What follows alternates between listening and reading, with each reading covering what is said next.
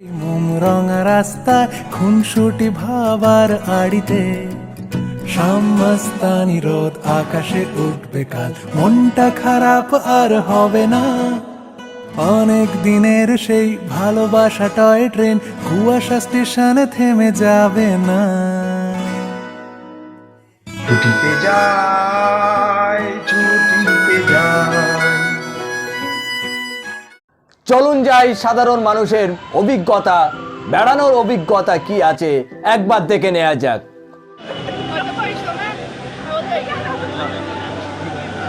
Madam, আপনার বেড়ানোর অভিজ্ঞতা যদি একটু বলেন।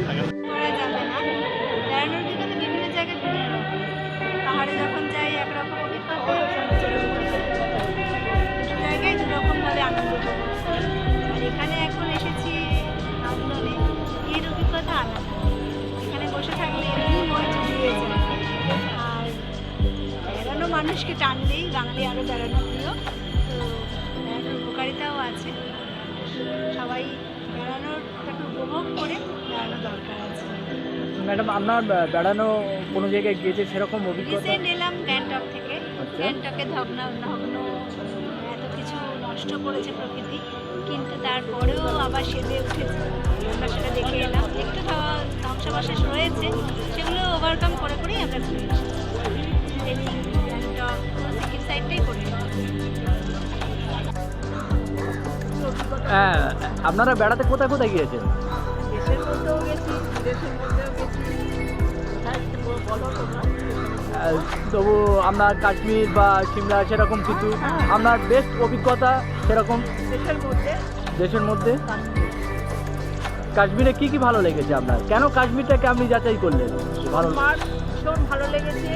একদিকে বরফ, তার উপর প্রাকৃতিক সৌন্দর্য, ভীষণ ভালোভাবে আকৃষ্ট করে। তারপরে হচ্ছে টিউলিপ গার্ডেন, এটা ভীষণ দেখার ভালো জিনিস। এছাড়া দেশের মধ্যে? এছাড়া তো দেশের মধ্যে বলতে কাশ্মীর ভালো লেগেছে, তারপরে কন্যাকুমারিকা ভালো লেগেছে, সিমলা? সিমলা তো অবশ্যই আছে। এখন যাওয়ার কি প্ল্যান আছে কোথাও? নেক্সট ট্যুর একটু দুবাইয়ে যাওয়ার ইচ্ছা আছে, কারণ আমরা ইউরোপ ট্যুরটা করে নিয়েছি 2019 সালে। তারপরে তো সমস্ত করোনা পিরিয়ডে কোথাও বেরোতে পারিনি, সেই ইচ্ছে আছে দুবাই ট্যুরটা যাওয়ার। Thank you. আমি কাশ্মীর গেছিলাম। আচ্ছা। ওখানে মোটামুটি ভালোই লেগেছে। ওখানে প্রাকৃতিক দৃশ্য, আবার ওখানকার পাহাড়ের নিচে সমতল একটা জায়গা আছে, সেখানে চাষবাস হচ্ছে, ধান চাষ হচ্ছে, ধানের মানে যেটা বলা হয় ওই গাদা যেটা বলা হয়, তার সঙ্গে সঙ্গে ওই পাওনা পেয়েছি, আপেল গাছে আপেল পেয়েছি, আপেল গাছে গেছিলাম মোটামুটি। আর এমনি পাহাড়ি অঞ্চলে গাছগুলোতে পরিপূর্ণ অপূর্ব দৃশ্য। তারপর বরফটা খুব একটা পাইনি, কিন্তু তার পরিবর্তে যে মনোরম দৃশ্য বা ওয়েদারটা খুব একটা গরম না, ঠান্ডার মধ্যে বেশ সুন্দর ওয়েদার পেয়েছি। গিয়েছেন?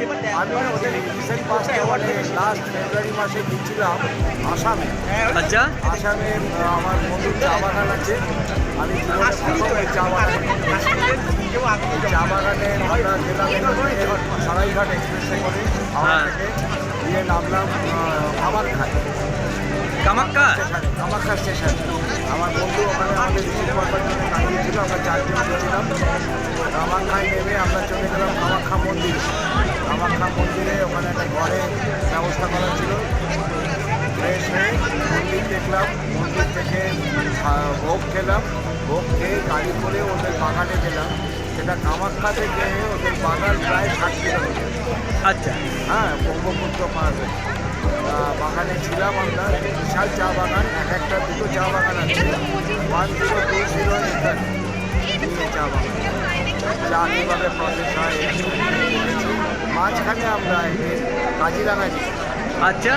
কাজিরাঙাতে সকালবেলা বেরোলাম আর এই 6টার সময় বেরিয়ে কাজিরাঙা ফরেস্টে গিয়েছিলেন?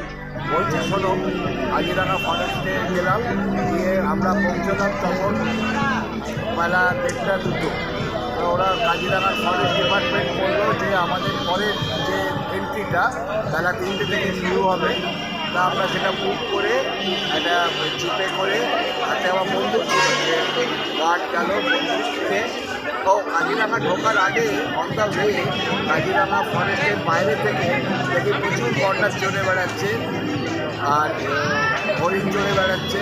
তো যাই হোক আমরা ভেতরে ঢুকলাম, ঢুকে আমরা গন্ডার দেখেছি প্রচুর, খুব কাছ থেকে। আর দেখেছি হরিণ, নানান রকম পাখি আর হাতি, হার্ড অফ এলিফ্যান্ট দেখেছি। দেখে ওটা থেকে রাত্রি হয়ে গেল, বাড়ি চলে এসে পরের দিন সকালবেলা আমরা ওখান থেকে বেরিয়ে ওরাং ফরেস্ট আছে কাজিরাঙা, ওরাং ফরেস্টে গিয়ে প্রচুর জানোয়ার দেখেছে। তারপরে আমরা একটা পয়েন্টে চলে গেলাম, আমাদের গাড়ির ড্রাইভার নিয়ে গেল। সেই জায়গাটা হচ্ছে ইন্ডিয়া ভুটান বর্ডার। একদিকে একটা নদী আছে ভানসানি নদী, তার একদিকে হচ্ছে ভুটান, একদিকে আমাদের ইন্ডিয়ার অরুণাচল প্রদেশে ঢোকার রাস্তা। সে অরুণাচল প্রদেশের খানিকটা গিয়ে দেখে আমার বাড়ি ফিরে এসে আর কয়েকদিন বাগানে ছিলাম। মাঝখানে শিবরাত্রি ছিল, বাগানে খুব ভালো শিবের পুজো হলো, মন্দির আছে এবং মেলা বসলো। এইরকম লোকাল মেলা দেখার সৌভাগ্য আমার আগে হয়নি। দেখে খুব আমরা হ্যাপি, আমরা খুব স্যাটিসফাইড। আমরা আবার সারাইঘাট ধরেই গৌহাটি থেকে ফোন করলাম। Thank you sir. আজ এখানে শেষ করছি, আবার দেখা হবে কাল সকাল ঠিক 9টায়। আপনারা সবাই ভালো থাকুন, সুস্থ থাকুন, আর প্রতিদিন সকাল 9টায় বিভিন্ন জায়গায় বেড়ানোর খবর দেখুন আমাদের চ্যানেলে।